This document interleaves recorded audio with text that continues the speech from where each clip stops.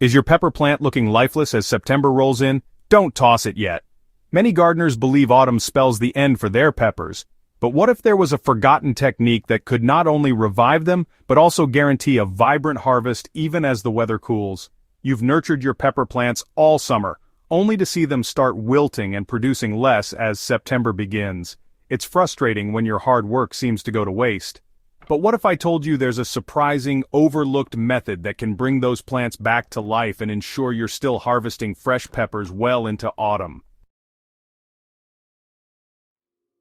Right now, on September 1st, your pepper plants are likely showing classic signs of seasonal stress. The leaves might be yellowing, fruit production has slowed to a crawl, and the entire plant seems to be settling into dormancy mode. This isn't your fault, and it's certainly not a sign that you've failed as a gardener. What you're witnessing is your pepper plant's natural response to subtle environmental cues, shorter daylight hours, fluctuating soil temperatures, and the plant's internal clock telling it that winter is approaching.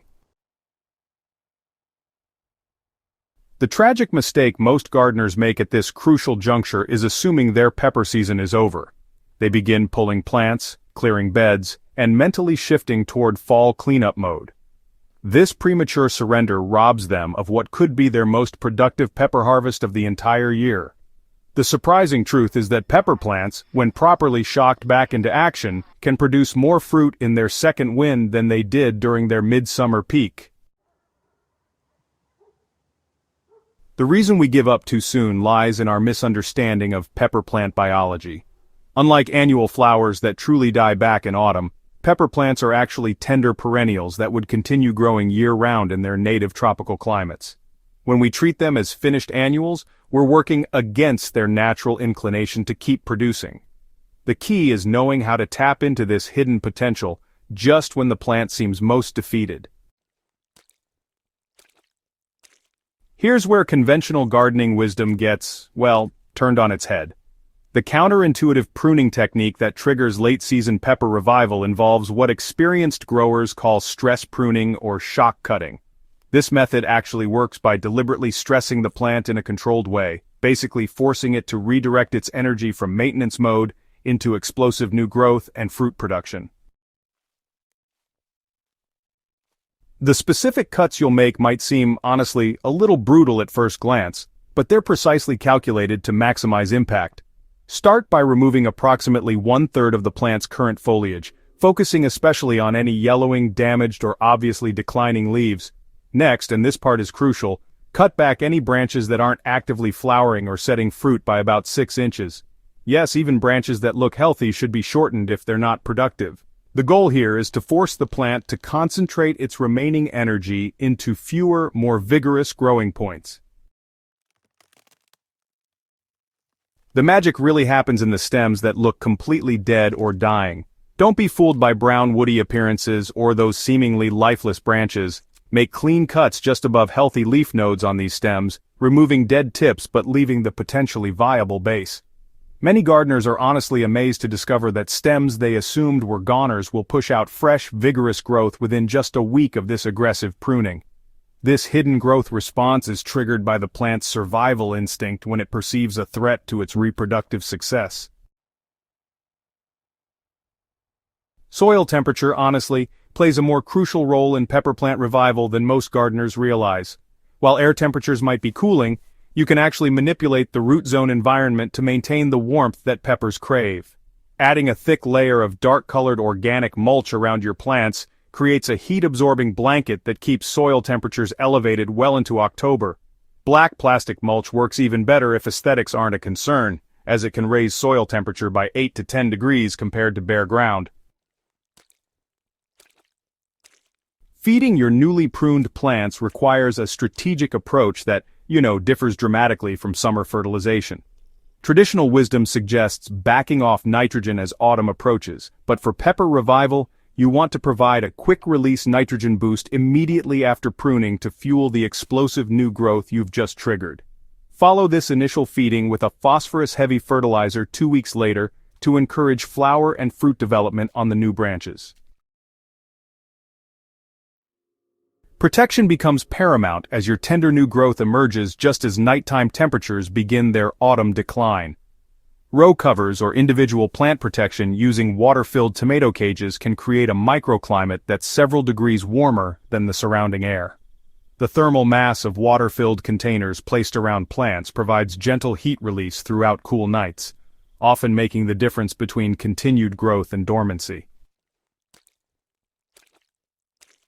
The decision of when to transition your revived pepper plants indoors requires careful timing and observation. The trigger point isn't necessarily the first frost warning, but rather when nighttime temperatures consistently drop below 55 degrees Fahrenheit. At this threshold, even hardy pepper varieties will struggle to set new fruit, making indoor cultivation the logical next step for continued production. Successful indoor pepper cultivation starts with selecting the right container. A 5-gallon pot provides adequate root space for most pepper varieties, though larger plants may require 7 to 10-gallon containers. The soil mix should be lighter and more porous than typical garden soil, incorporating additional perlite or vermiculite to ensure proper drainage in the contained environment. A blend of quality potting soil, compost and coarse perlite in equal parts creates an ideal growing medium for indoor peppers. Lighting represents the biggest challenge when transitioning outdoor plants inside. Pepper plants require intense, full-spectrum light to continue flowering and fruiting productively. Standard household lighting simply won't suffice. LED grow lights positioned 12 to 18 inches above the plant canopy, running for 14 to 16 hours daily, can successfully maintain production through winter months. Watering becomes more critical indoors as well, requiring consistent moisture without waterlogging. The soil should feel like a wrung-out sponge, and humidity levels around 50 to 60% help prevent stress-related leaf drop during the transition period. The revival technique's success depends heavily on precise timing within the September window. Early September represents the sweet spot where plants still have enough warm weather ahead to respond to pruning shock, but aren't so stressed by heat that they can't redirect energy effectively. Waiting until late September or October significantly reduces success rates, as shortened daylight hours make it difficult for plants to photosynthesize enough energy for vigorous regrowth. Advanced practitioners of this revival method often combine pruning with root zone manipulation for even more dramatic results. Carefully loosening the soil around plant roots using a garden fork, then working in fresh compost and a handful of bone meal, provides the below-ground equivalent of the above-ground pruning shock. This technique, known as root activation, stimulates new feeder root development that supports the burst of top growth triggered by pruning. Temperature manipulation extends beyond simple mulching for serious pepper revivalists. Some gardeners, take things to the next level by creating sophisticated microclimate management systems.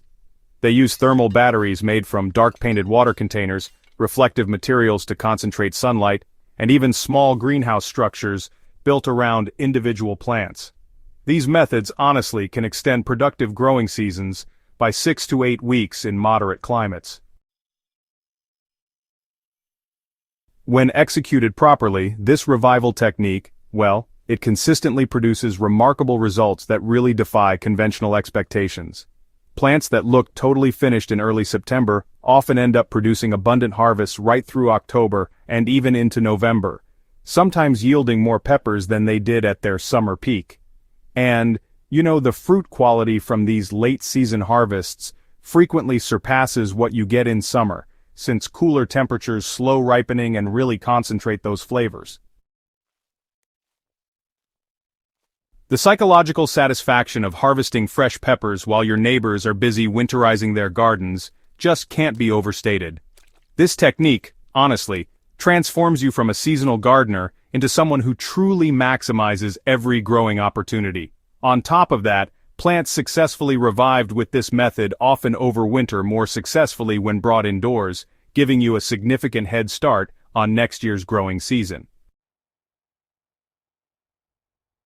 Your revived pepper plants become living proof that gardening success doesn't come from just following conventional timelines, but from really understanding plant biology and working with natural processes.